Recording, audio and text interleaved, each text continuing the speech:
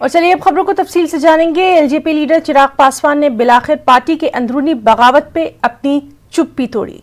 उन्होंने एक press conference की और इस प्रेस कॉन्फ्रेंस में चिराग ने कहा कि पूरी पार्टी उनके साथ खड़ी है।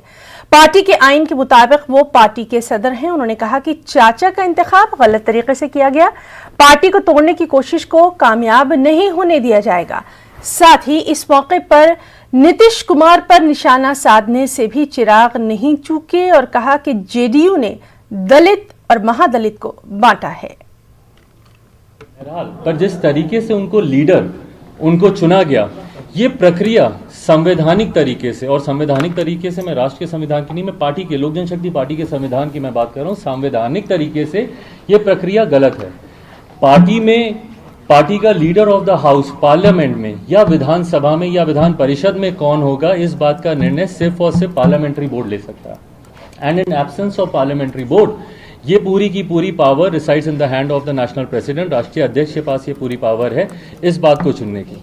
इसमें बहुत ज़्यादा डिटेल में नहीं जाते हुए, क्योंकि संभवतः आने वाले दिनों में शायद एक लंबी कानूनी लड़ाई भी हम लोग को लड़नी पड़े, वहाँ पर हम लोग इस बात को मजबूती से हम लोग रखेंगे।